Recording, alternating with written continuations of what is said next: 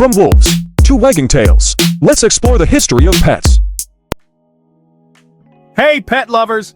Ever wonder how we went from ancient humans chasing wild animals to cuddling up with our furry friends on the couch? Well, buckle up because today we're diving into the hilarious, strange, and sometimes downright weird history of pet keeping.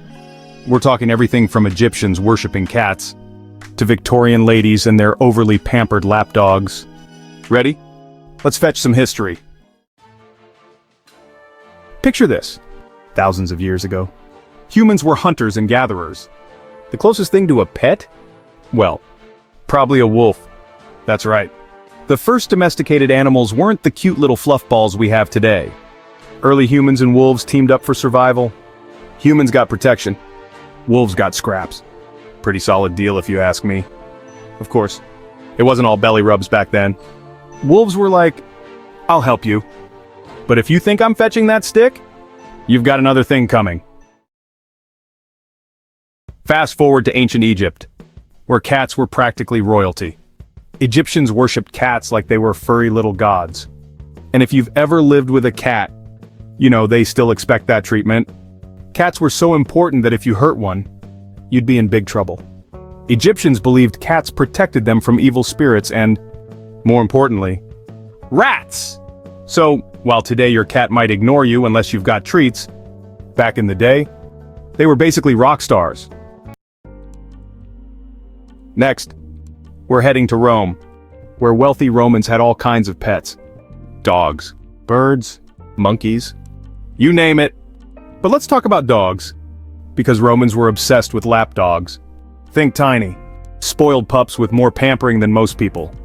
Honestly, some of these dogs were living the high life.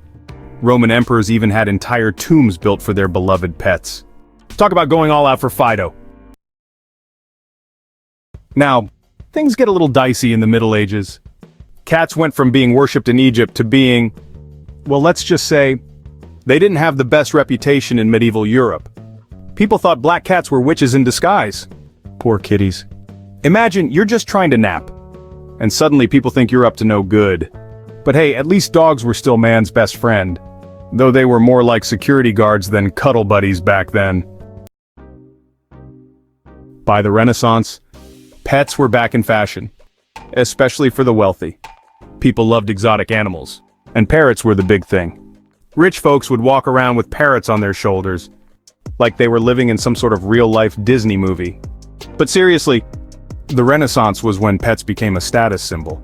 The fancier your pet, the fancier you were. Now let's fast forward to the Victorian era. This is when pets really became part of the family. Victorian ladies loved their lapdogs, and honestly, some of these dogs were treated better than actual humans. If your dog wasn't getting daily spa treatments, were you even doing it right? Victorian pets were living their best lives. No joke! And that brings us to today. Let's be honest. Pet parenting has reached a whole new level. We've got gourmet dog food, pet strollers, cat cafes, and, of course, social media pet influencers. Seriously, some pets have more followers than most of us. The evolution of pets has gone from wild wolf companion to Instagram star in a tutu. How did we get here? Now, we have designer pets, pet spas, even pet birthday parties. We've come a long way from chasing wolves through the forest. So there you have it. Pets have been by our side through thick and thin, from ancient Egypt to modern-day dog parks. Whether your pet is a royal kitty, a pampered pup, or a cheeky parrot, just remember, you're part of a long, hilarious history of pet keeping. And hey, maybe your pet will be the next influencer. Hit like, subscribe, and give your pet an extra treat today. Thanks for watching. And stay pawsome!